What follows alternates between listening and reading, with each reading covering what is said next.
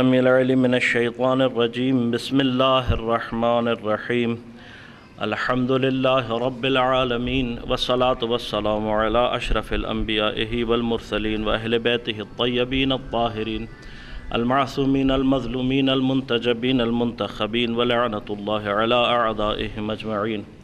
أما بعد، قال الله تعالى في كتابه الكريم بسم الله الرحمن الرحيم الله الذي خلقكم من ضعف ثم جعل من بعد ضعف قوة ثم جعل من بعد قوة ضعفا وشيبا. وقال أمير المؤمنين عليه الصلاة والسلام كل في الفتنة كابن اللبون لا زهر فيركب ولا زرع فيحلب. صلوات.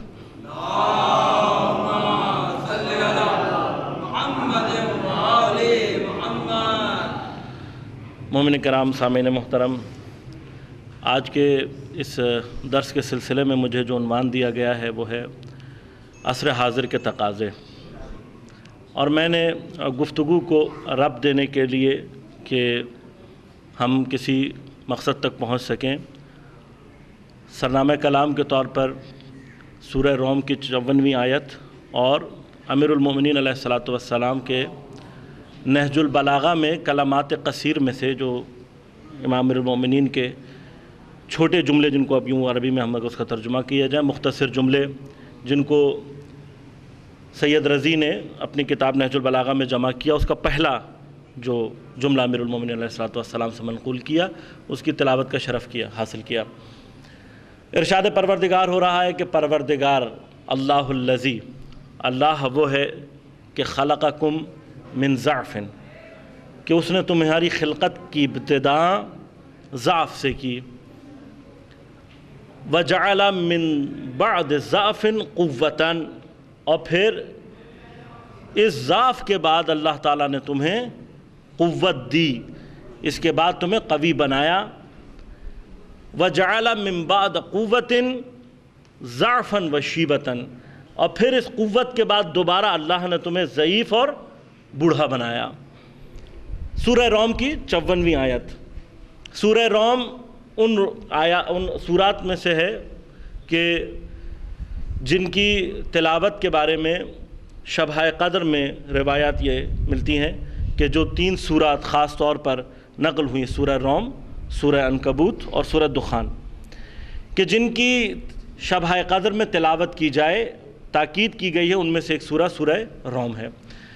اور اساتذہ اس ضمن میں یہ فرماتے ہیں کہ پورے قرآن میں سے شب نزول قرآن میں ان سورہ کا انتخاب ائمہ کی طرف سے، پروردگار کی طرف سے ہمارے اوپر ایک خاص عنایت ہے، اور ہمیں یہ سوچنا چاہیے کہ شب نزول قرآن میں جب پروردگار ان 3 سورہ کی طرف اشارہ کر رہا ہے تو یقیناً ان 3 سورہ میں ہمارے لیے کوئی نہ کوئی خاص ہدایتیں موجود ہیں۔ اب میں مفصل اس بحث میں جانا نہیں چاہتا، لیکن اسی میں سے سورہ روم اور سورہ روم کی 54ویں آیت کیا ارشاد ہو رہا ہے کہ ہم نے تمہاری خلقت کی ابتدا کس سے کی؟ ضعف سے۔ اس کے بعد ہم نے تمہارے ضعف کو کس میں تبدیل کیا؟ قوت میں۔ اور قوت کے بعد تیسرا مرحلہ کیا ہے؟ اسی قوت کو ہم نے دوبارہ تبدیل کیا کس میں؟ ضعف میں اور پیری میں۔ 3 درجے قرآن بیان کر رہا ہے انسان کی خلقت کے۔ پہلا درجہ بچپن کا ہے، دوسرا جوانی کا ہے، اور تیسرا بڑھاپے کا ہے۔ بچپن اور بڑھاپے کے لیے یکساں طور پر قرآن جو لفظ استعمال کر رہا ہے وہ ضعف کا لفظ ہے۔ اب آپ نے اپنی زندگیوں میں تجربہ کیا ہوگا، دیکھا بھی ہوگا کہ بچہ ضعف کے اس مقام پر ہوتا ہے کہ جہاں پر اس کے ہاتھوں میں اتنی قوت نہیں ہوتی کہ وہ کوئی چیز تھام سکے، کسی چیز کو توڑ سکے، کسی چیز کو پکڑ سکے، وغیرہ وغیرہ۔ دانتوں کی بھی اس کی جو حالت ہوتی ہے، غذا کے اعتبار سے چبانے کی کیفیت، غذا کے ہضم کے اعتبار سے اس کی کیفیت، چلنے پھرنے، اٹھنے بیٹھنے لیٹنے کے اعتبار سے اس کی کیفیت آپ نے دیکھی۔ اور پھر ہم اپنے گھروں میں اپنے بزرگوں کو بھی دیکھتے ہیں، اور اس محفل میں بھی بظاہر میرے حساب سے تو یہ بزرگ نہیں ہیں، سارے کے سارے جوان ہیں، اس لیے کہ جوانی کی ایک ڈیفینیشن کچھ اور بھی ہے، وہ میں انشاءاللہ سارا اشارہ کروں گا اس کی طرف۔ ضعف البتہ، لیکن ہم دیکھتے ہیں کہ بعض لوگ اپنی عمر کے اس حصے میں پہنچ جاتے ہیں کہ جہاں پر ان کے ہاتھوں میں دوبارہ طاقت ختم ہو جاتی ہے، ان کا نظام ہاضمہ کمزور ہو جاتا ہے، ان میں چلنے پھرنے کی وہ قوت باقی نہیں رہتی۔ لیکن ان 2 حالتوں کے درمیان میں پروردگار ایک درمیان کی حالت ہے، جسے کیا کہہ رہا ہے؟ جعل من بعد ضعف قوة، اور ہم نے اس اللہ نے قرار دیا ضعف کے بعد دوبارہ سے قوت کو۔ عزیزان محترم، قوت سے ہم بہت آسانی سے سمجھ گئے کہ مراد جوانی ہے، لیکن جب پروردگار، کون ہے یہ پروردگار؟ جس کے اسماء مبارکہ میں سے ایک اسم کیا ہے؟ قوی ہے، یعنی اللہ تعالیٰ کا ایک اسم قویٌ، القوی اللہ کا ایک اسم مبارک ہے۔ اور وہ قوت کیسی قوت ہے؟ ان اللہ علی کل شیء قدیر، اللہ ہر شے پر قدرت رکھتا ہے۔ یہ اللہ کے قوی اور قدرت ہونے کا معنی ہے، مختصر سا معنی جسے ہم کہتے ہیں، لیکن اس مختصر سے معنی میں کتنی قدرت ہے اس کو انسان تصور بھی نہیں کر سکتا۔ لیکن عزیزان محترم، جب یہ پروردگار کسی شے کے بارے میں قوت کا لفظ استعمال کرے گا، یہ پروردگار کہ جو ہر شے پر قادر ہے، جس کی قوت اور قوی ہونے کا اندازہ نہیں کیا جا سکتا، جب کسی کے بارے میں قوت کا لفظ استعمال کرے گا تو اس شے میں کتنی قوت ہونی چاہیے اس کا بھی ہم اندازہ نہیں کر سکتے۔ تو اب پروردگار بچپنے اور بڑھاپے کو تو ضعف کہہ رہا ہے، لیکن جوانی کو قوت کہہ رہا ہے۔ جب پروردگار، میں نے پھر عرض کر رہا ہوں کہ جب پروردگار جو ان اللہ علی کل شیء قدیر ہے، قادر علی کل شیء ہے، جس کے قبضے میں کیا ارادہ کرتا، وہ کہتا ہے میں صرف کن کہتا ہوں، فیکون وہ ہو جاتا ہے۔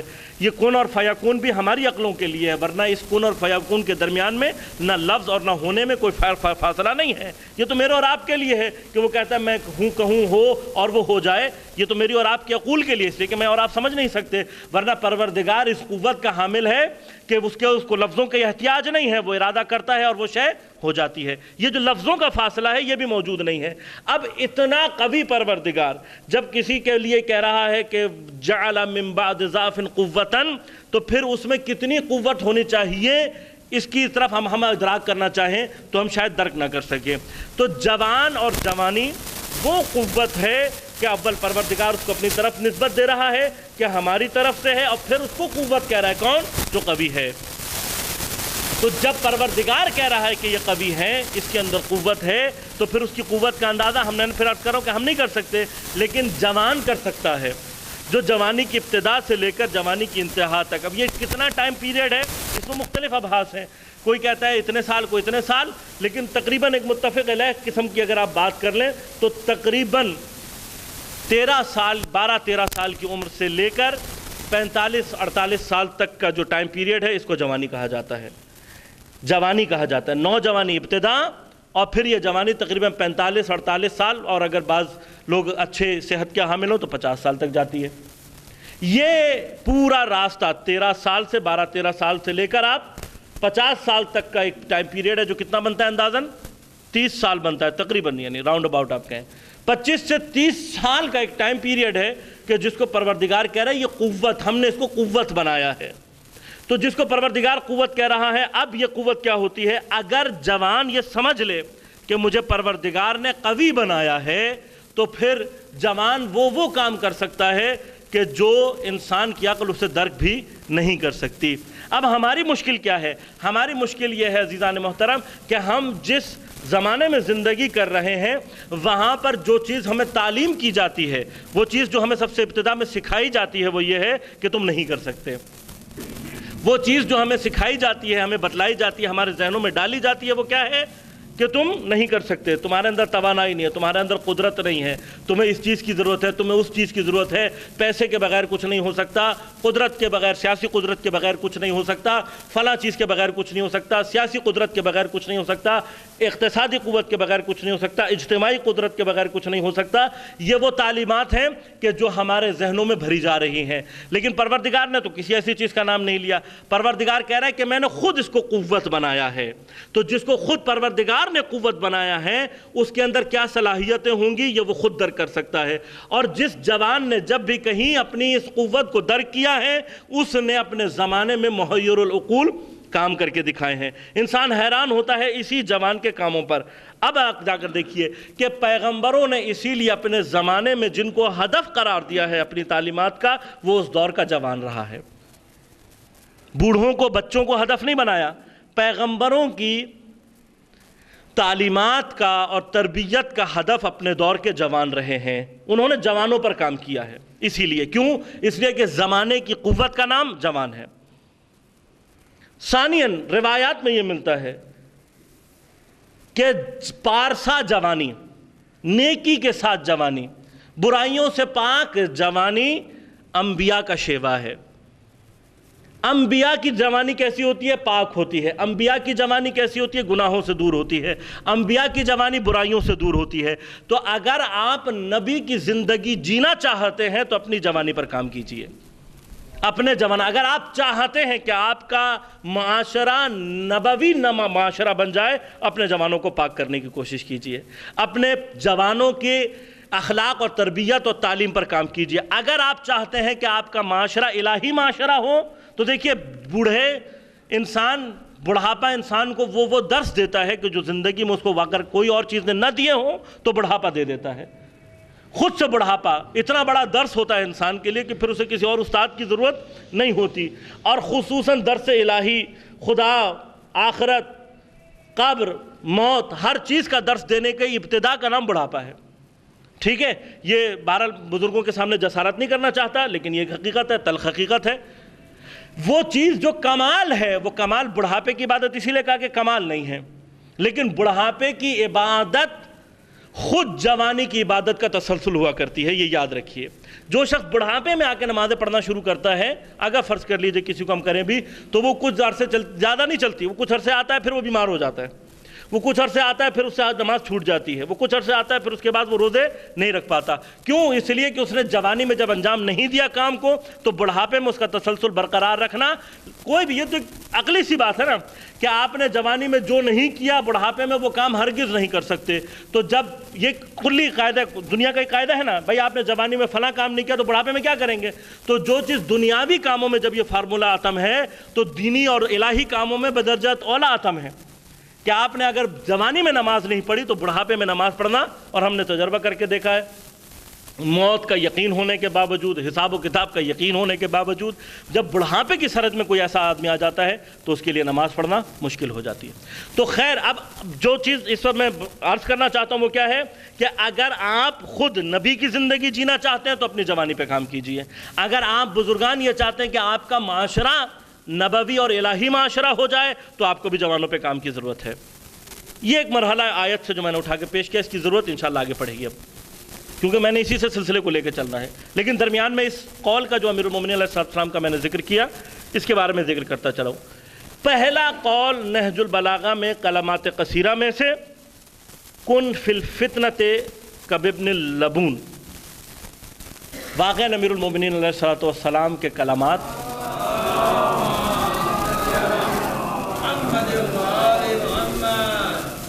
اور کلام کا معجزہ ہیں واقعاً، یعنی آپ غور کیجئے کتنا، یعنی ایک ایک جملے کے اندر کیا کیا کائنات سموئی ہوئی ہے۔ پر میرے مولا نے کہہ رہے ہیں فتنے میں، فتنے کے وقت میں کیا ہو جاؤ؟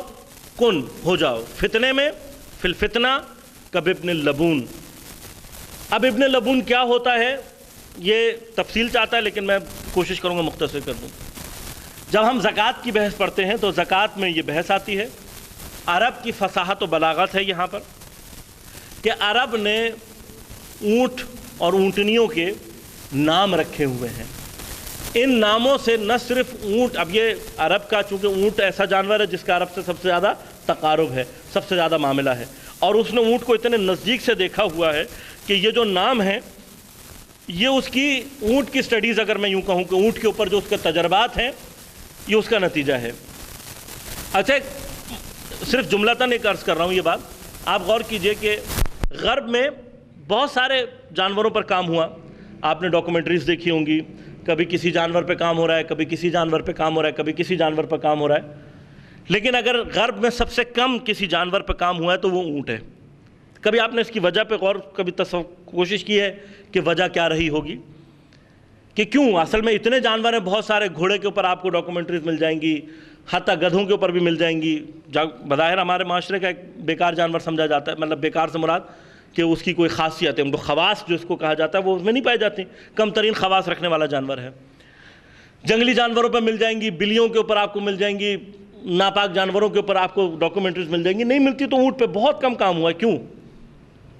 شاید کہہ رہا ہوں میں، یعنی یہ ایک بحث ہے، کبھی اگر موقع ملا تو عرض کروں گا، کیونکہ سائنس جو موجودہ سائنس ہے اس کی بنا دین مخالفت ہے، وہ کہاں سے آئی کیسے آئی یہ ایک بحث ہے، انشاءاللہ کبھی موقع ملا تو عرض کروں گا، لیکن بنا انہوں نے دین مخالفت رکھی ہے۔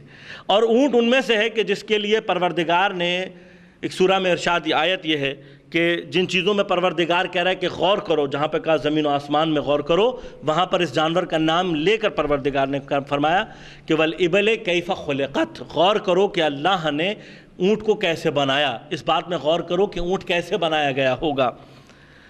اونٹ کے اندر پروردگار کی خلقت کے ایسے معجزات ہیں، بعض آپ نے بھی سنے ہوئے ہوں گے کہ اونٹ اپنے جسم میں پانی کا ذخیرہ کرتا ہے۔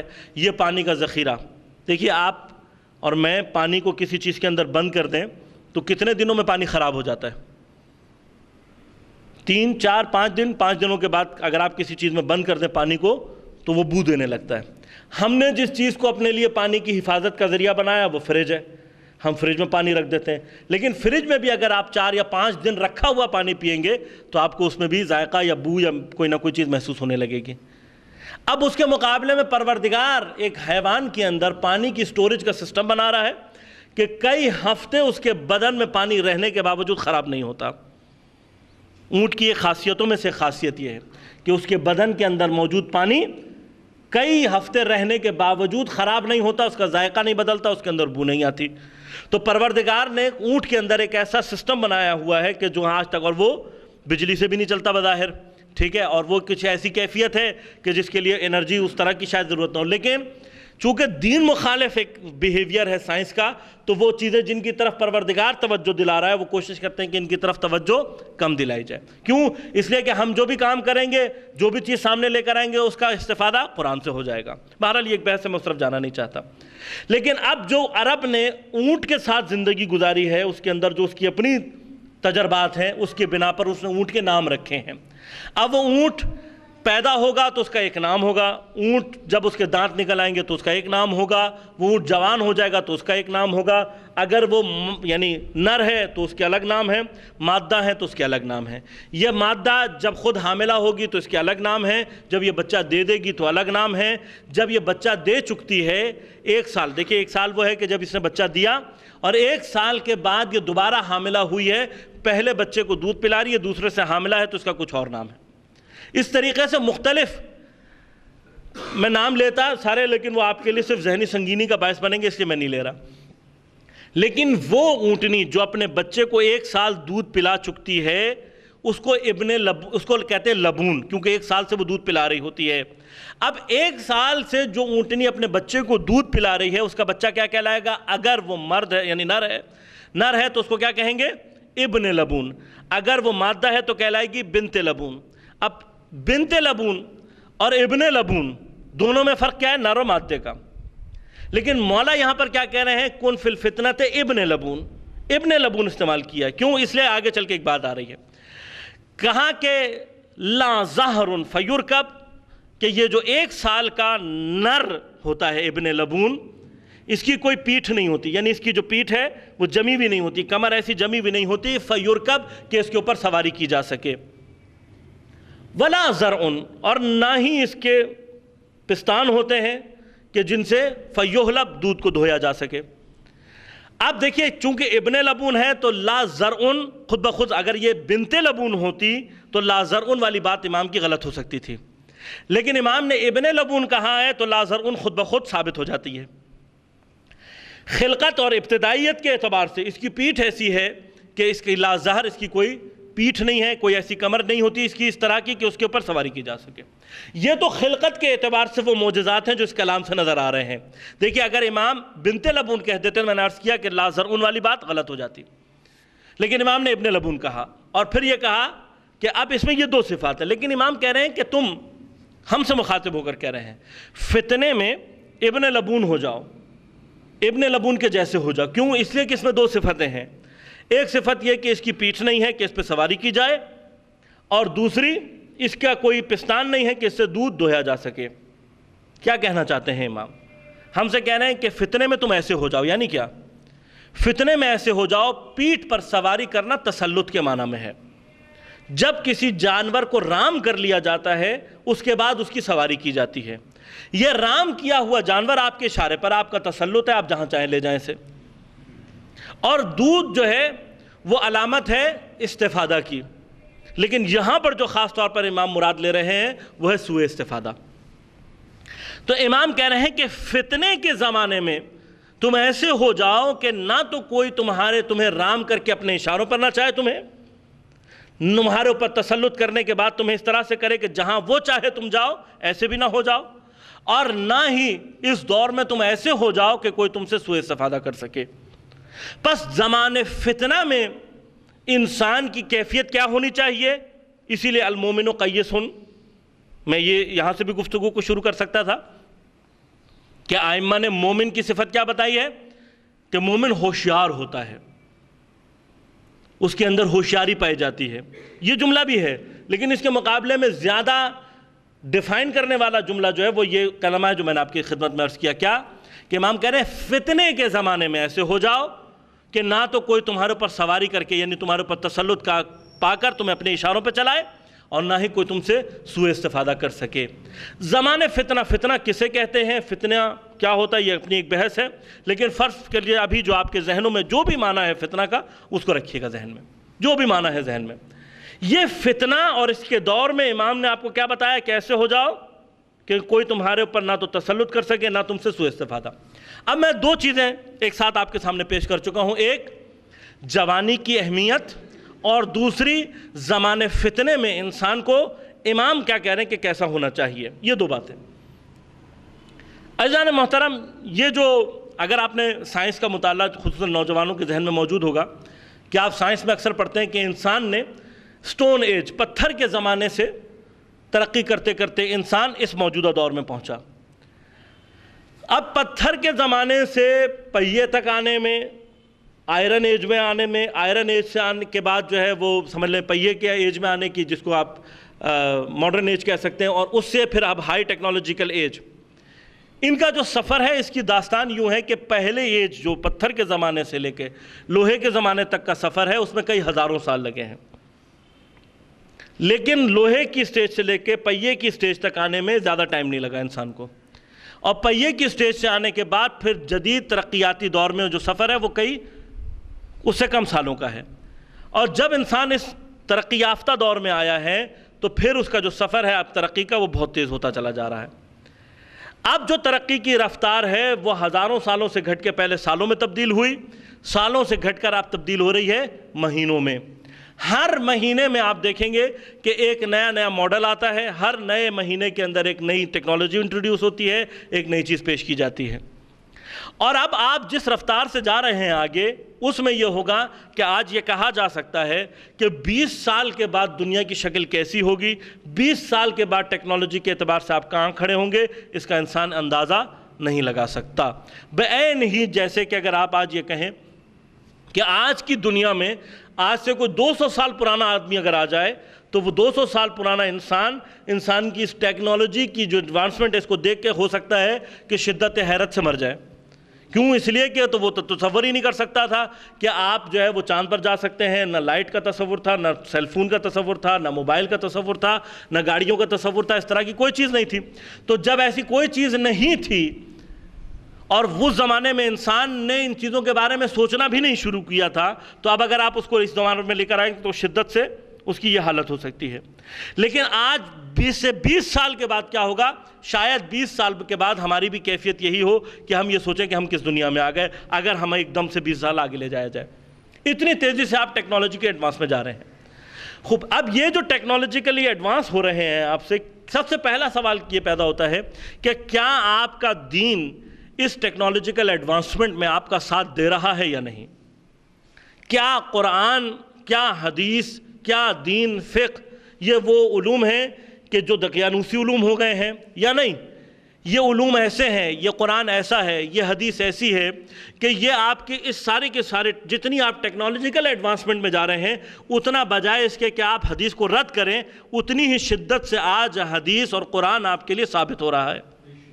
دونوں میں بات ہے، دونوں میں۔ اب آپ آ کر دیکھیں، میرے پاس اگر وقت ہوتا تو میں آپ کو بتاتا کہ کیسے ٹیکنالوجیکل ایڈوانسمنٹ قرآن کو اور حدیث کو ثابت کر رہی ہے۔ ایک چھوٹی سی مثال دے دوں، امیر المومنین علیہ السلام نے آج سے 1400 سال پہلے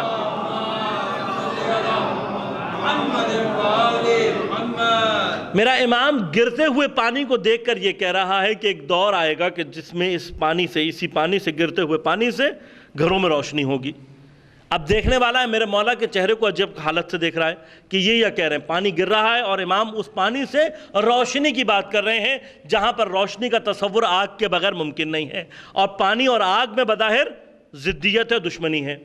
تو اب یہ جو عقل ہے جو پانی اور آگ، پانی اور روشنی کے اندر ضدیت کو دیکھ رہی ہے، وہ تصور بھی نہیں کر سکتی کہ اسی گرتے ہوئے پانی سے گھروں میں روشنی کی جا سکتی ہے۔ لیکن آئمہ نے اشارہ، دیکھیے آئمہ کی سب سے بڑی مشکل وہ تھی کہ آئمہ کے دور میں جو چیز وہ سمجھانا چاہتے تھے، وہ پہنچانا چاہتے تھے، عقول کی سطح وہ نہیں تھی کہ وہ اس کو درک کر سکیں۔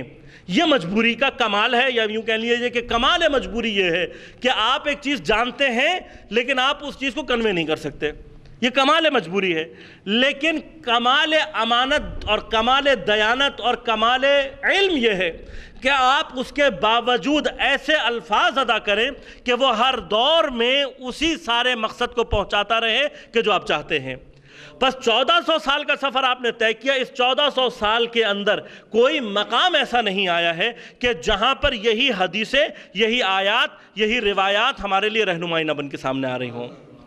ہر دور میں یعنی جرمنی کا ایک ڈاکٹر کہ جس نے بچے کے جنین کے اوپر کام کیا، اور اس نے جنین کے اوپر کام کرنے کے بعد یہ کہا کہ میڈیکل سائنس کئی 100 سال تک یہ سمجھتی رہی کہ پہلے انسان کا گوشت بنتا ہے اور پھر اس کے بعد اس کی ہڈیاں بنتی ہیں۔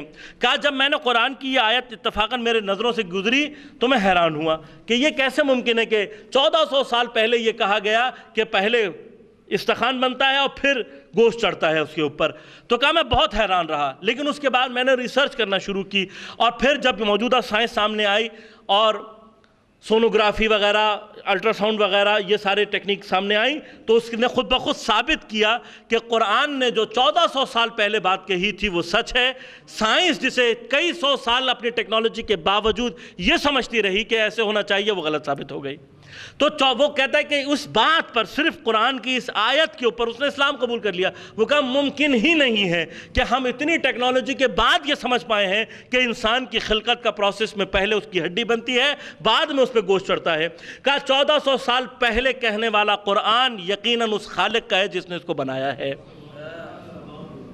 بہت ساری مثالیں ہیں، میں چلیں صرف ایک اور گفتگو کو صرف ربط دینے کے لیے کہتا چلوں کہ آج کی بات نہیں ہے۔ ڈاکٹر گبن جس نے برٹینیکا انسائکلوپیڈیا لکھی، اس ڈاکٹر گبن نے اس انسائکلوپیڈیا کو بنانے کے بعد علاوہ بہت پڑھا لکھا آدمی تھا، اس نے نہج البلاغہ کے مختلف حصوں کو نکالا، خطبوں کو نکالا، اور ان خطبوں کو کہ جو خصوصاً کائنات اور اس کی اشیاء کی خلقت کے اوپر ناظر ہے، جیسے امام کا ایک خطبہ ہے جو صرف مور کے اوپر ہے۔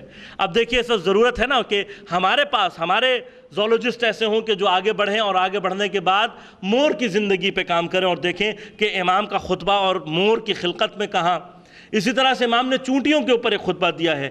تو یہ جو خطبے ہیں، اس طرح کے خطبے اٹھا کر اس نے مختلف زمین و آسمان کی خلقت اور مختلف چیزوں کی خلقت کے اوپر جو خطبے تھے، ان کو بنا کر اپنے دور کے مختلف جو اس وقت کے اسپیشلسٹ اور ڈاکٹرز تھے اور پڑھے لکھے افراد تھے ان کو بھیجا، اور بھیجنے کے بعد ان سے جواب مانگا، اور وہ جتنے بھی جواب آئے اس کا خلاصہ یہ تھا کہ یا تو یہ کلمات اس ہستی کے ہیں کہ جس نے اپنے ہاتھوں سے کائنات بنائی ہے، یا کم از کم یہ شخصیت وہ شخصیت ہے کہ جب کائنات بن رہی تھی تو یہ دیکھ رہی تھی۔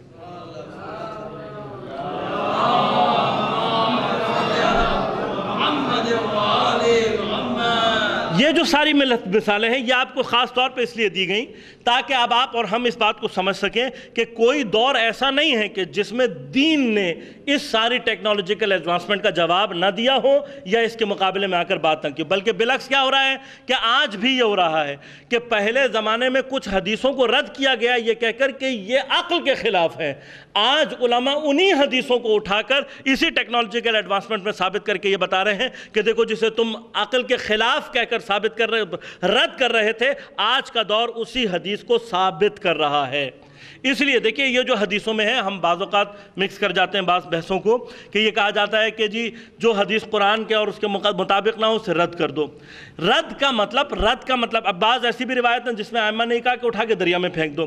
جس کو امام نے کہا ہے کہ دریا میں اٹھا کر پھینک دو، اگر آپ اس پہ غور کریں گے تو وہ ہے جو کہ صریحاً قرآن کے مخالف ہو۔ ائمہ نے کہا ہمارے سے نقل کی گئی وہ روایت، وہ حدیث کہ جو صریحاً قرآن کے مخالف ہو اس کو پھینک دو، اسے چھوڑ دو۔ لیکن اس روایت کے بارے میں کہ جو سمجھ میں نہ آ رہی ہو، کیا امام نے کہا کہ اسے رد کر دو؟ کہاں رد کر دو۔ رد کا مطلب کیا ہوتا ہے؟ پلٹا دو۔ رد کا ایک معنی پلٹانا بھی ہے، ٹھیک ہے؟ آپ اور ہم چلیں انشاءاللہ میں کبھی موقع ملا عرض کروں گا۔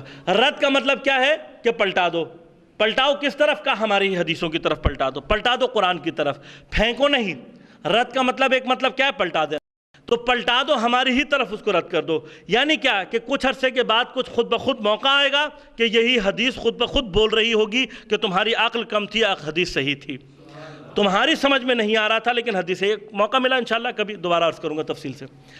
لیکن ابھی جس طرف ہم جا رہے ہیں وہ یہ ہے کہ اب یہ جو موجودہ دور ہے، اس دور کو تھوڑا سا سمجھنے کی ضرورت ہے۔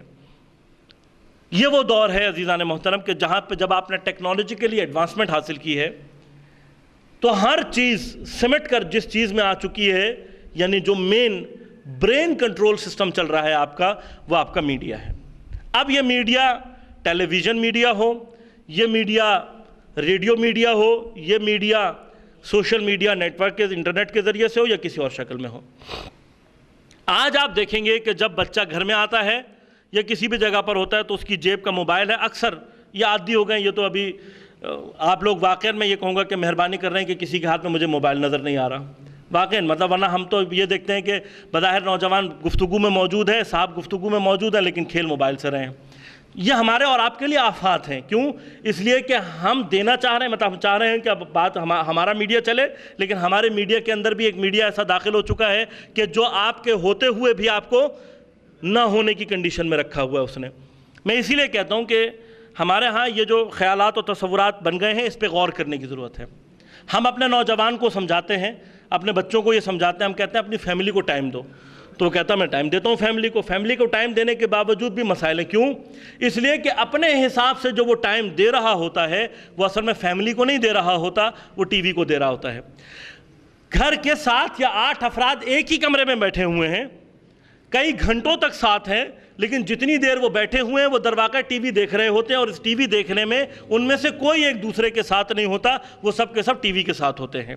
تو کافی ٹائم ساتھ گزارنے کے باوجود بھی آپ پھر بھی ایک دوسرے کے ساتھ نہیں ہوتے۔ تو جب یہ کہا جاتا ہے فیملی کو ٹائم دو، تو وہ ٹائم جو آپ کا فیملی سے آپ کا ٹائم نکال رہا ہے اس چیز کو نکال دیں اور صرف اپنی فیملی کو ٹائم دیں۔ اپنی فیملی کو ٹائم دینا، مجھے موقع ملے تو میں پھر عرض کروں کہ حقوق والدین میں سے کیا حقوق ہیں، بھائیوں بہنوں کے کیا حقوق ہیں، بیویوں کے کیا حقوق ہیں، بچوں کے کیا حقوق ہیں۔ ان حقوق کا خلاصہ صرف اتنا کر دوں آپ کو کہ آپ اپنی زندگی میں سے گھر کے ریلیشنز میں ٹیلی فون، موبائل، لیپ ٹاپ نکالنے کے بعد جو انٹریکشن پیدا کریں گے وہ اس حقوق کا 1% حصہ ہوگا۔ 1% حصہ، 100 باقی 99% کیا ہے وہ اگر میں بیان کرنے پر آ جاؤں تو پھر مجھے مستقل گفتگو چاہیے کہ جہاں پر میں والدین کے حقوق کو بیان کروں، اولاد کے حقوق کو بیان کروں، بیوی اور شوہر کے درمیانی حقوق کو بیان کروں، بچوں بہنوں بھائیوں کے حقوق کو بیان کر سکوں، اس کے لیے الگ وقت درکار ہے۔ لیکن صرف اتنا کہہ رہا ہوں کہ آپ اپنی زندگیوں میں گھروں میں جا کر لیپ ٹاپ، ٹی وی، موبائل یہ سب کچھ بند کر کے پھر جو آپ اپنے گھر والوں کو، اسی لیے آپ سمجھ رہے ہیں کہ لوڈ شیڈنگ عذاب ہے، میں سمجھ رہا ہوں بہرحال کسی حد تک رحمت بھی ہے۔ کیوں؟ اس لیے کہ لوڈ شیڈنگ جاتی ہے تو لوگ ایک دوسرے سے باتیں کرنا شروع کرتے ہیں۔ لوڈ شیڈنگ ہوتی ہے، لائٹ جاتی ہے تو ہم ایک دوسرے سے بات کرنا شروع کرتے ہیں، تو ہم دیکھنا شروع کرتے ہیں اچھا ہاں بھائی کہاں ہیں، ہاں امی کس حال میں ہیں، ابو کہاں ہیں۔ تو لوڈ شیڈنگ اب ایک طرف تو زحمت ہے یقیناً، لیکن دوسری طرف رحمت بھی ہے۔ تو عزیزان محترم، ابھی ہم نے کیمپ کیا تھا بچوں کے ساتھ، جوانوں کے ساتھ، تو ہم نے ان سے یہ کہا کہ آپ میں سے کوئی لیپ ٹاپ نہیں لے کر آئے گا، کوئی موبائل فون نہیں لے کر آئے گا، کوئی ہم نے ٹی وی نہیں چلایا۔ تو اس کے بعد میں نے 5 دن کے بعد ان کو یہ کہا دیکھو 5 دن کے بعد تمہیں محسوس ہوا ہوگا کہ اس کے بغیر بھی زندگی گزاری جا سکتی ہے اور شاید بہتر زندگی۔ عزیزان محترم، اب جب ہم جس اسٹیج پہ جا رہے ہیں، دیکھیے وہ زمانہ وہ ہے، ہم عصر حاضر کو اگر ڈیفائن کرنا چاہیں تو عصر حاضر میں 2 خصوصیات ہیں اس وقت۔ ایک خصوصیت یہ ہے کہ اس وقت شیطان اور شیطانیت، طاغوت، استکبار اپنے عروج پر ہے، اس میں ہم میں اور آپ میں کسی کو کوئی شک نہیں ہونا چاہیے۔ باطل قوتیں کہاں کہاں سے کیسے کیسے وار کر رہی ہیں، یہ ایک الگ بحث ہے، کبھی موقع ملا تو اس پہ بھی گفتگو کریں گے کہ کس طریقے سے شیطان ہمارے گھروں کے اندر گھس رہا ہے، ہمارے دین کے اندر گھس رہا ہے، ہماری ثقافت و کلچر کے اندر گھس رہا ہے، ہماری دینی تعلیمات کے اندر گھس رہا ہے، ہمارے اعتقادات کے، ہمارے سیاسی نظام میں، ہمارے اقتصادی نظام میں، ہر نظام میں خاموشی سے، بڑی خاموشی کے ایک دو مثالیں دوں گا میں انشاءاللہ، بڑی خاموشی کے ساتھ اس نے ہمارے اعتقادات کو بدل دیا، ہمیں معلوم ہی نہیں ہے، ہمارے کلچر کو بدل دیا، ہمیں معلوم ہی نہیں ہے، ہماری سیاست کو کوئی سے کوئی رنگ دے دیا، ہمیں معلوم ہی نہیں ہو رہا، کچھ چپ چاپ ایک سلسلہ ہے جو چل رہا ہے۔ اور اس ساری شیطانی قوتوں کے پیچھے ایک پوری قبیلہ ہے جس کو فری میسنریز کہتے ہیں۔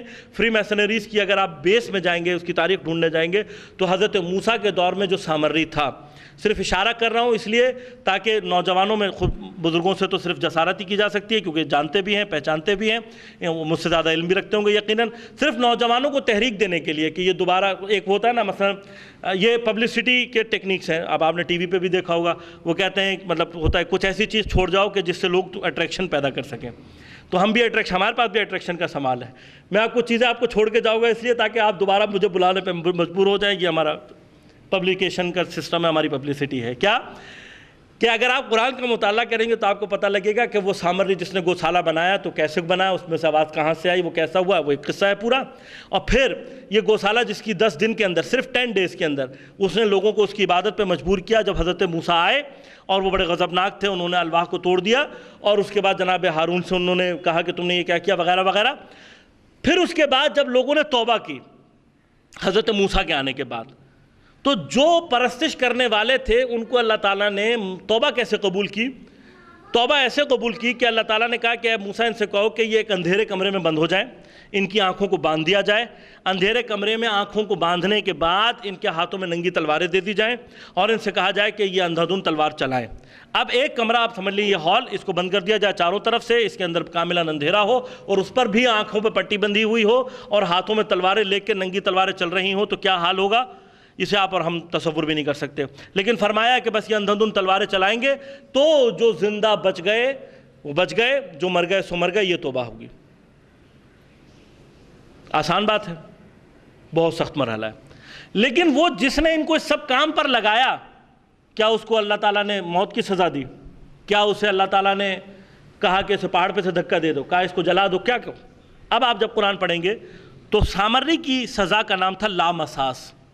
اب لامساس کے اوپر بحث ہے۔ لامساس کا مطلب یا تو انٹچیبل ہے، یعنی اسے کوئی نہیں چھو سکتا، یا دوسرا معنی یہ کہ وہ کسی کو نہیں چھو سکتا۔ دونوں معنی کو بھی لیں تو بہرحال بات تقریباً سمجھ میں آتی ہے۔ انٹچیبل سزا، اب یہ کیا سزا ہے؟ جس نے بت پرستی شروع کرائی تھی اس کو تو اللہ تعالیٰ نے مارا نہیں، اور جنہوں نے بت پرستی کی ان سب کو مار دیا اور اتنی سخت سزا دی گئی۔ تو اس کے پیچھے راز کیا ہے اور پھر سلسلہ کیا ہے، انشاءاللہ کبھی موقع ملا تو عرض کروں گا۔ عزیزان محترم، یہ سارا سلسلہ وہاں سے پھر چلنے کے بعد یہ فری میسنریز آج کے دور میں بنے اور یہ کس طرح سے کام کرتے ہیں، ایک اپنے اندر بحث ہے۔ ان کے افراد ہیں، ٹی وی میڈیا کے اندر موجود ہیں، سیاستوں کے اندر موجود ہیں، اور آپ کے کیا نام ہے تعلیمی اداروں کے اندر موجود ہیں، آپ کے کلچرل اداروں کے اندر موجود ہیں، اور یہ پورے کے پورا بحث ہے کہاں سے کون کون افراد تھے جنہوں نے مختلف طریقوں سے انسان کی ذہنیت پہ کام کیا۔ وہ کون کون سے یہودی ہیں جنہوں نے مختلف علوم کو پکڑنے کے بعد ان کے اوپر کام کیا، جس کے نتیجے میں آج علوم انسانی جس شکل میں سامنے آئے ہیں، یہ علوم انسانی وہ ہیں کہ جن کی بنا دین دشمنی پر ہے۔ اب وہ چاہے اکنامکس ہو، چاہے وہ سوشیولوجی ہو، چاہے وہ سائیکالوجی ہو، چاہے وہ پولیٹیکل سائنس ہو، چاہے وہ تاریخ ہو، کوئی بھی علم ہو۔ اور اگر میں چیلنج کر رہا ہوں آپ کو، میرا تو جو سبجیکٹ ہے وہ اقتصاد ہے، میں اقتصاد میں آپ کو نام گنوا سکتا ہوں کون کون سے یہودی کہاں کہاں بیٹھے ہوئے ہیں، لیکن اگر آپ سوشیولوجی کی بیس میں جائیں گے تو آپ کو یہودی ملیں گے، آپ سائیکالوجی کی بیس میں جائیں گے آپ کو یہودی ملیں گے، آپ ہسٹری کی بیس میں جائیں گے آپ کو یہودی ملیں گے۔ ہر موجودہ علم کی جو بیس ملے گی آپ کو یہودیوں کے ہاتھ میں ملے گی۔ انہوں نے کیا کیا؟ انہوں نے علوم، اسی لیے رہبر معظم جو آپ بار بار یہ کہہ رہے ہیں کہ ہمیں ضرورت ہے اس وقت علوم انسانی پہ کام کرنے کی، اور ایسے علوم انسانی کہ جن کا ریشہ اسلام سے ہو، دین سے، ان پہ کام کی ضرورت ہے۔ اس کی وجہ یہ ہے کہ آج کے دور کا ایک اہم تقاضا یہ ہے کہ علوم انسانی پر صحیح معنی میں کام ہو، اور ایسا کام کہ جس کا ریشہ قرآن، حدیث اور اسلام سے ہو، ایسے علوم پر کام کی ضرورت ہے۔ اب جو ٹیکنالوجیکل، دیکھیں میں ٹیکنالوجی کے خلاف نہیں ہوں، نہ میں ٹیکنالوجی سے آپ کو دور کرنا چاہتا ہوں، لیکن میں جو چیز آپ کو سمجھانا چاہتا ہوں وہ یہ ہے کہ آج کے دور میں ہم جس طریقہ، پہلے تو آج کا دور سمجھنا ہے، آج کا دور کیا؟ ٹیکنالوجیکل ایڈوانسمنٹ کے حساب سے آج ہم میڈیا کے دور میں رہ رہے ہیں۔ آج کے دور کو ایک طرف سے شیطانی قوت اپنے پورے زور پر ہے، تو جہاں یہ دو چیزیں، یعنی انہوں نے اپنے آپ نے زور پر آیا اور انہوں نے ہی میڈیا پہ قابو پایا ہوا ہے، تو دوسری طرف سے ہم اس دور میں رہ رہے ہیں کہ جس دور کو عصر ظہور کہا جا سکتا ہے۔ دنیا میں کبھی موقع ملا انشاءاللہ سیاسی اعتبار سے میں آپ کو بتاؤں گا کہ وہ کون سی تبدیلیاں رونما ہوئی ہیں کہ جن کا روایات میں ذکر آیا ہے، اور اس جیسی تبدیلیاں 1400 سال میں اس سے پہلے کبھی نہیں آئیں، اور اگر یہ تبدیلیاں وہ تبدیلیاں نہ ہوں تو کس طریقے سے ظہور کا وقت، صرف ہم اگر سیاسی تبدیلیوں کے اعتبار سے بات کریں تو ظہور کا وقت کم از کم 100 سے 150 سال آگے جا سکتا ہے، اور جس دور میں ہم اور آپ زندہ رہ رہے ہیں اس میں جس طریقے سے برائی پھیل رہی ہے، جس طریقے سے ظلم پھیل رہا ہے، یہ دنیا 100 یا 150 سال کی متحمل نہیں ہو سکتی۔ تو وہ سیاسی تبدیلیاں کیا ہیں، وہ کیا سب کچھ ہے، وہ کبھی موقع ملا انشاءاللہ اس پہ بھی عرض کروں گا کہ کس طریقے سے ہم بالکل، اگر آپ دیکھیں گے روایات ایسا لگتا ہے جیسے کہ اس دور کو دیکھ کر بیان کی گئی ہیں، وہ تبدیلیاں پیش آ رہی ہیں، تو ہم عصر ظہور میں بھی ہیں۔ اچھا، میں ایک چیز کا قائل ہوں، آپ ہوں یا نہ ہوں، میں یہ کہتا ہوں کہ جس طرح سے باطل کی ایجنسیاں ہیں وہ کام کرتی ہیں، اسی طرح سے امام زمانہ علیہ السلام کی ایجنسیاں بھی ہیں۔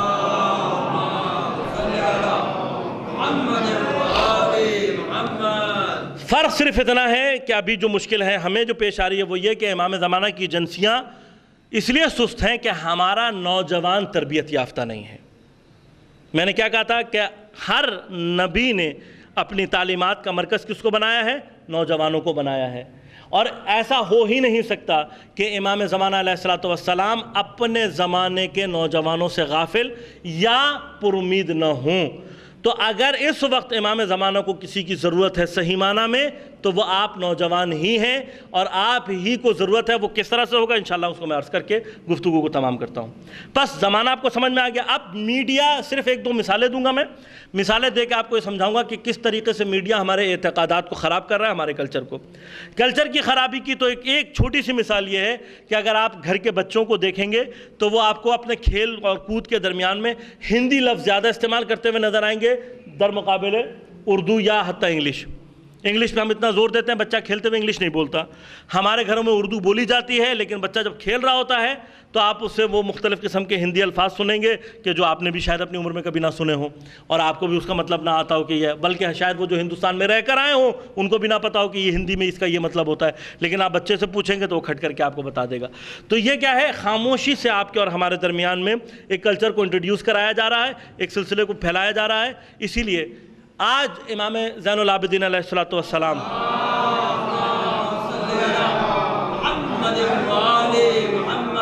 اب وہ قول امام کا سمجھ میں آتا ہے جہاں پر امام نے کہا کہ ایک زمانہ وہ آئے گا کہ انسان کا دین گھر سے باہر نکلنے کے بعد جتنا خطرے میں ہوگا، گھر کے اندر اس سے زیادہ خطرے میں ہوگا، اس لیے کہ آج وہ دور آ گیا ہے کہ اگر آپ باہر نکلتے ہیں گھر سے تو جو مسائل ہیں وہ ہیں، بے پردگی ہے، بے حیائی ہے، مختلف مسائل ہیں، لیکن گھر کے اندر جو مشکل ہے وہ اس سے زیادہ خطرناک ہے جو گھر کے باہر ہے۔ وہ مشکل انٹرنیٹ کے نام سے موجود ہے، وہ مشکل ٹی وی کے نام سے موجود ہے، وہ خرابیاں جو آپ نے باہر نہیں دیکھی ہوتی ہیں آپ اپنے گھر کے اندر دیکھ رہے ہوتے ہیں۔ ناچ گانا آپ کو گھر کے اندر ملے گا، فحاشی آپ کو گھر کے اندر ملے گی، جھوٹ مکاری کی تعلیم آپ کو گھر کے اندر ملے گی، معاشرے کی خرابی کی ساری ٹیکنیکس آپ کو گھر کے اندر مل جائیں گی۔ جرم کیسے کرنا ہے، جرم چھپانا کیسے ہے، مختلف ڈرامے، سیریل، کہانیوں کے نام پہ ہر چیز کی تربیت آپ کو گھر کے، یعنی آپ گھر کے باہر اتنا ٹرین نہیں ہو سکتے آج جتنا گھر کے اندر ٹرین ہو جائیں گے۔ یہ وہ دور ہے جس کے اندر ہم رہ رہے ہیں۔ اب یہ کیا، یہ ایک مثال ہو گئی۔ دوسری مثال، میں ایک جگہ گفتگو ہو رہی تھی بچوں سے، نوجوانوں سے، تو میں نے نوجوانوں سے یہ سوال کیا، میں نے کہا آپ کی نظر میں عرفان، مقامات عالیہ کا کیا مطلب ہے؟ مثلاً آپ نماز پڑھتے ہوئے آپ پر جب روحانی کیفیت آئے گی، یا نماز پڑھتے ہوئے فرض کیجئے کہ آپ نے سیر اللہ کی طرف قدم آپ کا بڑھا، تو آپ کی کیا کیفیت ہونی چاہیے؟ تو اکثر بچوں کا جو جواب تھا وہ تقریباً اس طرح کا تھا کہ تقریباً یعنی کہ ہم نماز پڑھ رہے ہیں، مثلا نماز پڑھتے ہوئے آدمی ایک مرتبہ اس کے اوپر حالت ایسی ہو جائے گی کہ سمجھ لو چاروں طرف کا وقت رک گیا اور ایک لائٹ سی اس کے اوپر آئی اور وہ ایک نئے سے جو ہے جسے کہتے ہیں دور کے اندر داخل ہو گیا اور لائٹ ہے اور پتہ نہیں کیا کیا ہے وغیرہ وغیرہ، اور وہ سفر کر رہا ہے، اس کے چاروں طرف کا وقت رکا ہوا ہے وغیرہ وغیرہ اس طرح کی۔ تو جب میں نے کہا ایسی بات کی، وہ کہنا ہاں ایسے ہی ہے۔ آپ میں سے بھی شاید بعض یہ سمجھ رہے ہوں کہ ایسے ہی ہوتا ہوگا، ایسے ہی ہوتا ہے۔ حالت روحانی کا مطلب یہی ہے کہ چاروں طرف کا وقت رک جائے، ایک لائٹ سی آ جائے، نور آ جائے اور آپ کے اوپر ایک بند دروازے کھل جائیں گیٹ کے اور آپ ایک نئی دنیا میں داخل ہو جائے۔ عرفان اسی کو کہتے ہیں، سیر اللہ اسی کسی کیفیت کا نام ہے ایسی کیفیت؟ پھر میں نے ان کو بتایا کہ یہ فلم دیکھو تو تمہیں اس میں یہی کیفیت ویژولائز ہوئی بھی نظر آ جائے گی۔ سیر اللہ، عرفان کسی ایسی چیز کا نام نہیں ہے۔ کوئی لائٹ نہیں نکلتی، کوئی وقت نہیں رکتا، کوئی سلو موشن ایکشن نہیں ہوتا، کچھ نہیں ہوتا۔ سیر اللہ قلوب کے منقلب ہونے کا نام ہے۔ سیر، عرفان، اللہ کی طرف جو دروازے کھلتے ہیں رحمت کے، وہ نسیمات رحمت کیا ہیں؟ وہ کیفیت ہے کہ آپ نماز پڑھ رہے ہیں یا آپ عزاداری میں بیٹھے ہیں یا آپ کسی ذکر میں مشغول ہیں، ایک مرتبہ مثلا امام حسین کا نام آیا اور نام سنتے ہی آپ کی آنکھوں سے اشک بہنا شروع ہو گئے۔ نماز پڑھ رہے ہیں، نماز پڑھتے پڑھتے ایک وقت ایسا آیا کہ سجدے میں ہی یہی الف کہتے کہتے آپ کا دل چاہا کہ بس اب میں اس حالت میں ہی پڑا رہوں اور یہ الف کہتا ہی رہوں اور میری آنکھوں سے یہ آنسو جو بہہ رہے ہیں یہ بہتے ہی رہے، میں پڑا رہوں اسی حالت میں۔ اس چیز کا نام سیر اللہ ہے۔ اس کیفیت کا باقی رہنا، اس کیفیت کا دوام پھر آپ کے لیے کس چیز کی طرف آپ کو لے کے جا سکتا ہے، وہ مجھ جیسا جاہل نہ آپ کو بتا سکتا ہے نہ سمجھا سکتا ہے۔ لیکن ابتدائی سیر، ابتدائی جو رحمت ہے، ابتدائی عرفان کسی لائٹ کے آنے کا نام نہیں ہے، کہیں سے ٹائم رکنے کا نام، کسی ایسی چیز کا نام نہیں ہے۔ کہاں سے آ رہا ہے؟ فلم سے آ رہا ہے۔ اب اسی طرح سے آپ چلے جائیں روح کے کانسیپٹ پہ، جو کانسیپٹ آپ نے اس وقت روح کا بنایا ہوا ہے، اگر آپ غور کریں گے وہ کسی نہ کسی فلم، کسی نہ کسی ڈرامے سے آپ کو مل جائے گا۔ تو کہیں نہ کہیں کوئی نہ کوئی میڈیا کسی نہ کسی طرح سے خدا کے تصور کو، انبیاء کے تصور کو، قیامت کا تصور آپ سے پوچھا کیا چاہتا یہ ہے میڈیا کہ اس سے پہلے کہ آپ کا بچہ کسی چیز پر ایمان لے کر آئے، اس سے پہلے اس کے ایمان کو انحراف کا شکار کر دیا جائے۔ اب آپ اپنے بچے کو فرشتہ سمجھا رہے ہوں گے تو جو فرشتہ آپ تقریباً سمجھانے کی کوشش کر رہے ہوں گے وہ فرشتہ سمجھ میں آنے کی بجائے اس کے ذہن میں کسی نہ کسی فلم کا فرشتہ گھوم رہا ہوگا۔ آپ اس کو قیامت سمجھا رہے ہوں گے، وہ فلم 2012 میں گھوم رہا ہوگا۔ آپ اس کو جو ہے وہ مثلا قیامت اور فلاں سمجھا رہے ہوں گے، وہ اینڈ آف ڈیز میں گھوم رہا ہوگا کہیں۔ کسی نہ کسی فلم میں، کسی نہ کسی اس چیز میں خامخواہ آپ کا بچہ کیوں؟ اس لیے کہ ہم سے پہلے وہ یہ کام کرنا چاہتے ہیں اور وہ کر رہے ہیں ویژولائز طریقے سے، جو کہ کسی بھی چیز کے ٹرانسفر کرنے کا سب سے زیادہ مؤثر ترین طریقہ۔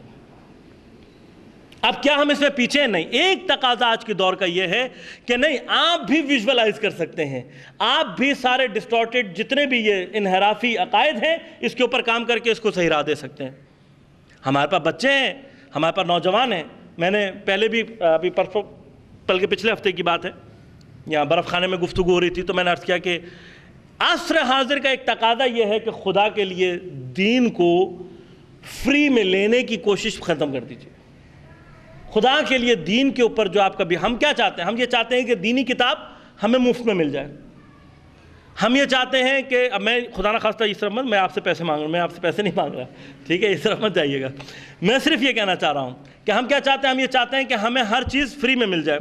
اگر آپ غور کریں گے تو آپ کی پہلی کوشش یہی ہوتی ہوگی کہ نوحے کی مثلا کیسٹ آئیے، یہ نوحہ فری میں مل جائے مجھے کسی طرح سے۔ نوجوان خاص طور پہ انٹرنیٹ پہ ڈھونڈتا جا کے کہ کہاں سے فری نوحہ ڈاؤن لوڈ ہو رہا ہے، کہاں سے فری چیز آ رہی ہے۔ یاد رکھیے کہ فری گڈ، اکنامکس میں فری گڈ نہیں پڑھی جاتی، مفت چیزیں کو اقتصاد میں نہیں پڑھا جاتا۔ کیوں؟ اس لیے وہ کہتے ہیں کہ فری گڈ چاہے انسان اس سے استفادہ کرے بھی اس کی ارزش نہیں ہوتی، اس کی اہمیت نہیں ہوتی، اس کی کوئی قدر نہیں ہوتی۔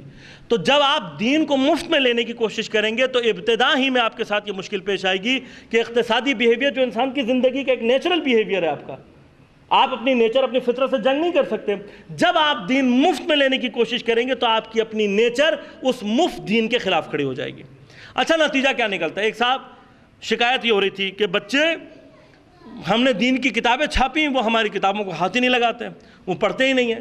میں نے کہا آپ کتاب دکھائیے، انہوں نے کتاب دکھائی تو اس کے اوپر لفظوں سے بھری ہوئی کتاب، شروع سے لے کے آخر تک 4 یا 5 صفحے انہوں نے بھر دیے تھے لفظوں سے، پورا قصہ بہت اچھا بیان کیا ہوگا، لیکن اس میں کوئی تصویر نہیں تھی، اس میں کوئی رنگ نہیں تھا، اس کی جو یعنی حالت تھی وہ ایسی تھی کہ آپ بک اسٹال سے لے کے گھر تک لیتے ہوئے آئیں تو پھٹ جائے۔ جب آپ اپنے بچے کو دین اس شکل میں دیں گے تو دین کی طرف سے جو اس کا رپلائی ہے وہ بالکل ایسے ہی ہوگا۔ اس کے مقابلے میں نے کہا اب آپ جا کر دیکھیے ذرا دوسری جگہوں پر، یہی کیا نام ہے، مثلا سنو وائٹ کی کہانی آپ کو جو ہے وہ بہترین جلد میں ملے گی، بہترین کلرنگ ہوئی بھی ہوگی، کم ترین الفاظ میں زیادہ ترین بات کرنے کی کوشش کی گئی ہوگی، زیادہ تر چیزوں کو تصویروں سے سمجھانے کی کوشش کی گئی ہوگی، ایسے کلرز ہوں گے کہ جو بچہ دور سے دیکھ کے کہے چاہے اس نے بھی کتاب پڑھی نہیں ہے، چاہے اسی لیے دیکھیے اب کیا ہو رہا ہے کہ وہ ہم نے مختار بنایا، ہمیں تاریخ نے مختار دیا، مختار ہیرو ہیں لیکن اصل ہیروز ہمارے کون ہیں؟ ائمہ۔ مختار اپنی تمام تر شجاعت کے باوجود حضرت عباس کی زندگی کا 1 منٹ بھی نہیں ہے۔ یہ میں صرف لفاظی نہیں کر رہا ہوں، حضرت عباس کی شجاعت، حضرت عباس کیا شخصیت تھے، اس کو تاریخ نے جس طریقے سے لکھا ہے، انسان سوائے حیرت کے۔ افسانوی کردار،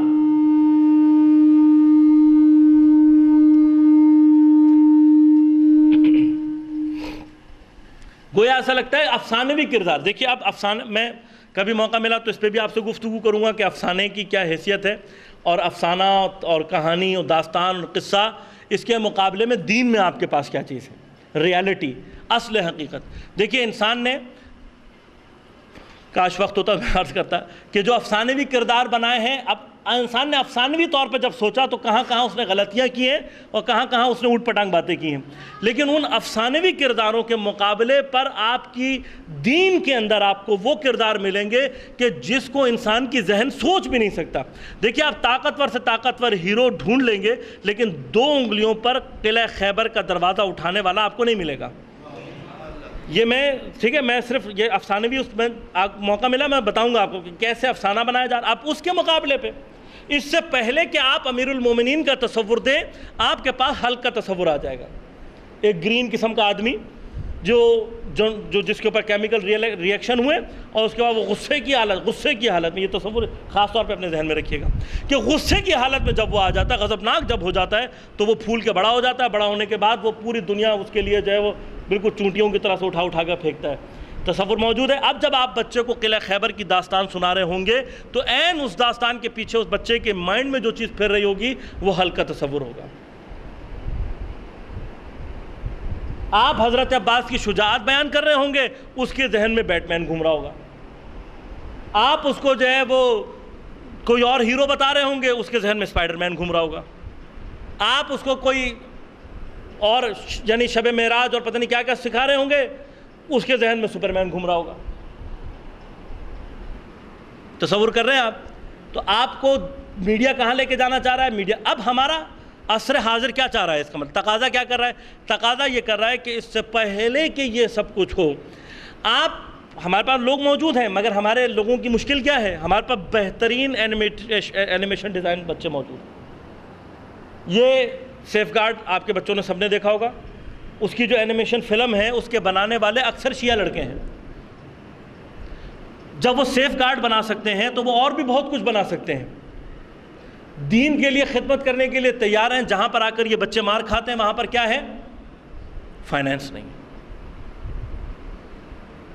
کتابیں لکھنے والے، کتابیں چھاپنے والے، ڈیزائننگ کرنے والے، ہمارے پاس بہترین لڑکے موجود ہیں۔ جہاں پر آ کر یہ مار کھاتے ہیں کیا ہے؟ فائنینس کرنے والا کوئی نہیں۔ ہماری مشکل کیا ہے؟ دیکھیے اب ہم یہ سمجھتے ہیں، یہ ہمارا فکری عصر حاضر کے اعتبار سے ہماری ذہنیتوں کو اب تبدیل ہونے کی ضرورت ہے۔ دیکھیے ایک دور وہ تھا کہ جب کمیونیکیشن نہیں تھی۔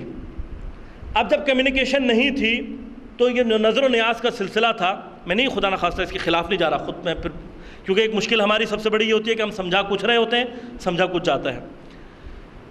ائمہ نے اور ہمارے بزرگان نے اس کمیونیکیشن کو اسٹرانگ کرنے کے لیے اور اس لیے کہ لوگ آپ کے نزدیک آئیں، نظر و نیاز کے ایک سلسلے کو جاری کیا اور چاہا کہ وہ جاری رہے، لیکن انہوں نے آپ سے کبھی اس کی اتنی کثرت نہیں مانگی۔ آج آپ 8 محرم کو اگر جا کر دیکھیں گے تو امام حضرت عباس کے نام پر پکنے والی جو نیاز ہے اس میں سے کتنی ضائع ہوتی ہے اگر آپ صرف اس کو، میں اس کو نہیں کہہ رہا، جو دی جاتی ہے اس کی برکتیں، اس کی سب کچھ اپنی جگہ پر موجود ہے، لیکن اگر ہم تھوڑی سی پلاننگ کریں گے تو حضرت عباس کے اوپر کے نام پر ایک کام ہے نیاز کھلانا، لیکن ایک کام یہ ہے کہ آپ حضرت عباس کے اوپر ایک بہترین کوئی ایسی ڈاکومنٹری فلم یا ایک ایسی کوئی کارٹونک فلم یا کوئی ایک ایسی ویژولائزیشن فلم، اینیمیٹڈ فلم بنائیں کہ جس سے آپ کا بچہ حضرت عباس سے متعارف ہو سکے۔ ان دونوں چیزوں کے ثواب کا آپ فرق محسوس کر سکتے ہیں؟ نظر کا ثواب اپنی جگہ پر ہے، حضرت عباس کا تعارف کرانا اپنی جگہ پر۔ میں نہیں اندازہ لگا سکتا کہ اس نظر میں اتنا ثواب موجود ہوگا یا اس تعارف حضرت عباس میں اتنا ثواب موجود ہوگا۔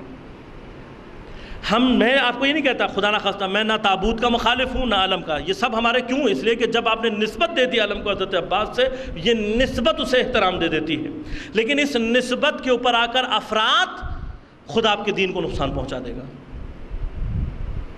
میں نے خود تجربہ کر کے دیکھا ہے، یہ میری زندگی کا تجربہ ہے۔ لاہور میں 10 محرم کو عصر عاشور ایک علم اور ایک ذوالجناح برآمد ہوتا ہے، بھاٹی گیٹ سے آتا ہے داتا دربار تک۔ اتنی پبلک ہوتی ہے کہ آپ تصور نہیں کر سکتے۔ اس پبلک میں اس ذوالجناح اور اس علم کی زیارت کرنا تقریباً محال ہے، تو اس میں لوگ بے ہوش ہو جاتے ہیں، کیا کیا ہوتا ہے ایک پورا سلسلہ پڑے گا۔ لیکن جب آپ اس کیفیت کو دیکھیں گے تو آپ کی خود دلوں کے اندر وہ احترام، وہ جذبہ، وہ سارا کچھ پیدا ہو جائے گا۔ لیکن کچھ ہی دنوں کے بعد شادرہ میں ایک جلوس ہوتا ہے جس کے اندر تقریباً 40-50 ذوالجناح ہوتے ہیں، 40-50 سے زیادہ علم ہوتے ہیں، لوگ بھی ہوتے ہیں، شاید اس سے زیادہ لوگ آتے ہوں، لیکن آپ کو اس احترام اور اس ولولے کی کوئی وہ کیفیت محسوس نہیں ہوگی۔ کیوں؟ اس لیے کہ آپ کے افراد نے اس جذبے کی کیفیت، آپ کتنے ذوالجناحوں کو چومیں گے؟ اگر 200 علم کھڑے کتنے علموں کو چومیں گے آپ؟ خود آپ کا افراد آپ کے اندر سے اس کی عظمت، اس کی محبت اور اس کی کیفیت کو ختم کر دیتا ہے۔ تو ضرورت صرف اس بات کی ہے کہ ہم افراد و تفرید کی جو کیفیات ہیں، تفرید کا مطلب کیا ہے؟ خدا نہ خواستہ بے ادبی کرنا، وہ اپنی جگہ گناہ ہے، لیکن اپنا وہ اقدام کہ آپ افراد کر کے اس کی عظمت کو ختم کر دیں، وہ اپنی جگہ ایک مسئلہ ہے۔ خوب دوسری طرف آپ کا دین اور موجودہ دور تقاضا کیا کر رہا ہے؟ تقاضا یہ کر رہا ہے، آج ہمارے دیکھیے ایران میں کام ہوا ہے اور ہے، اس کے نتیجے دے رہے ہیں۔ فارسی زبان میں بچوں کو بتا رہا ہوں، اینڈرائڈ جن کے پاس ہے جو استعمال کرتے ہیں، بازار.ir ایک سافٹ ویئر، آپ جائیں بازار، آپ ڈاؤن، جیسے گوگل پلے اسٹور ہے اسی طرح سے بازار ہے۔ بازار میں آپ جا کر دیکھیں گے تو ہر جدید سافٹ ویئر کے علاوہ مذہبی سافٹ ویئر اتنی کثرت کے ساتھ آپ کو ملیں گے کہ آپ حیران ہو جائیں گے۔ اب آپ دیکھیے، اب آپ کس مقام پہ؟ ایسا نہیں ہے کہ امام زمانہ کی ایجنسیاں کام نہیں کر رہی، امام زمانہ کی ایجنسیاں بھی کام کر رہی ہیں۔ ہمیں اپنے اسفیئر کے اندر کام کی ضرورت ہے، ہمارے نوجوان کام کر سکتے ہیں۔ ہماری مشکل کیا ہے؟ وہاں پر حکومتی اعتبار سے فنڈنگ ہو رہی ہے، کام نظر آ رہا ہے۔ ہماری حکومت فنڈنگ نہیں کرے گی، اس کو آپ طے کر لیں، تو پھر ہم نہیں کرنا ہے۔ ہماری فنڈنگ کیسی ہونی چاہیے، اس کا انتظام۔ لیکن یہ یاد رکھیے کہ اسی سارے میڈیا کے ذریعے سے ہم اسی دور کے استکبار کو شکست دے سکتے ہیں۔ ہم اگر اپنے نوجوانوں پر کام کریں، ان کی تعلیمی، اب وہ وقت میرے ہاتھ سے نکل گیا کہ میں عرض کر سکتا کہ ایک تعلیمی میدان ہے، ایک دینی اعتقاداتی میدان ہے، ایک اجتماعی میدان ہے، اور ایک ان کا اقتصادی میدان ہے، پھر اس کے بعد سیاسی میدان ہے۔ ان کے اندر تربیتوں کی ضرورت ہے۔ کبھی موقع ملا انشاءاللہ میں عرض کروں گا کہ کیسے دینی اسفیئر کے اندر ہمیں تربیت کی ضرورت ہے، کیسے ہمیں اجتماعی اسفیئر میں تربیت کی ضرورت ہے، کہاں کہاں مخالف ہمارے کام کر رہے ہیں اور اس کے مقابلے پہ ہم نے کیسے کام کرنا ہے۔ لیکن ہم اپنی ہی کوششوں سے اپنے جوان کے اوپر کام کرتے ہوئے ان کو فتنے سے بھی بچا سکتے ہیں اور ان کی قوت کو استعمال کر کے موجودہ دور کے استکبار کو بھی شکست دے سکتے ہیں۔ میں اس سے زیادہ آپ کا وقت نہیں لوں گا۔ ہم دعا کرتے ہیں پروردگار کی بارگاہ میں کہ ہماری اس قلیل و مختصر سی عبادت کو اپنی بارگاہ میں قبول و منظور فرمائے۔ بانیان نے اور حاضرین نے جو زحمتیں اٹھائی ہیں، پروردگار ان کو اپنی بارگاہ میں قبول و منظور فرمائے۔ ان کی جتنی جائے شرع حاجات ہیں اپنی بارگاہ میں قبول و منظور فرمائے۔ بار الہا اسی فرش، اسی مقام، اسی سلسلے سے ہم تیری بارگاہ میں دعا کرتے ہیں کہ امام زمانہ علیہ الصلوۃ والسلام کے ظہور میں تعجیل فرما۔ بار الہا موجودہ دور میں شیعان حیدر کرار و مومنین کرام جہاں جہاں ہیں اپنے حفظ و امان میں رکھ، آج کے دور کے فتنے اور شر سے ان کو اپنے حفظ و امان میں رکھ۔ بار الہا مقامات مقدسہ کی حفاظت فرما، علماء مراج اعظام، مقام معظم رہبری، انقلاب اسلامی ایران، حزب اللہ کی رہبریت کی حفاظت فرما۔ بار الہا خصوصاً بحرین، یمن، عراق، شام میں جو مومنین اس وقت باطل سے برسر پیکار ہیں، ان کو نصرت و کامیابی عطا فرما۔ اس کے علاوہ مسلمانان جہاں جہاں باطل سے برسر پیکار ہیں، مصر میں، فلسطین میں، میانمار میں اور دیگر جگہوں پر ان کو کامیابی و نصرت عنایت فرما۔ بار الہ ہمیں تمام مومنین کے درمیان میں اتحاد، اتفاق اور اعتماد کی نعمتوں سے ہمیں سرفراز فرما۔ بار الہ امام زمانہ علیہ السلام کے ظہور میں تعجیل فرما، ہمیں امام کے انصار و اعوان میں شمار ہونے کی توفیق عنایت فرما۔ ربنا تقبل منا انک انت السمیع العلیم برحمتک یا ارحم الراحمین۔ بسم اللہ الرحمن الرحیم۔ اللہم کن لولیک الحجۃ ابن الحسن صلواتک علیہ وعلی آبائہ فی ہذہ الساعۃ وفی کل ساعۃ ولییا وحافظا وقائدا وناصرا ودلیلا وعینا حتی تسکنہ ارضک طوعا وتمتعہ فیہا طویلا۔ المہدی ایجوکیشنل سوسائٹی پیش کرتا ہے بچوں اور بڑوں کے لیے دلچسپ موضوعات پر مبنی مختلف علماء کرام کے ایک نئے تربیتی انداز کے ساتھ زبردست ڈیزائن اور تفریحی مقامات پر آؤٹ ڈور لیکچرز، جس میں میڈیا کی بڑھتی ہوئی خرافات اور دور حاضر کو مد نظر رکھتے ہوئے بچوں کی تربیت، گفتگو میں اخلاقی معیارات، گھریلو زندگی میں پیش آنے والے مسائل اور ان کا حل، ملت تشیع کو اندرونی اور خارجی خطرات اور ان سے آگاہی، اور اس طرح کے مختلف موضوعات کو جدید طرز اور خوبصورتی کے ساتھ پیش کیا گیا ہے۔ اس کے علاوہ ہفتے وار تربیتی و فکری درس فوراً بعد نماز مغربین قبل الزیارت امامیہ امام بارگاہ جعفر طیار میں پابندی کے ساتھ منعقد کیے جاتے ہیں، تاکہ نئی نسل کی نہ صرف علمی بلکہ فکری سطح کو بھی بلند کیا جا سکے۔ آج ہی ہماری ویب سائٹ کا وزٹ کریں www.almehdies.com۔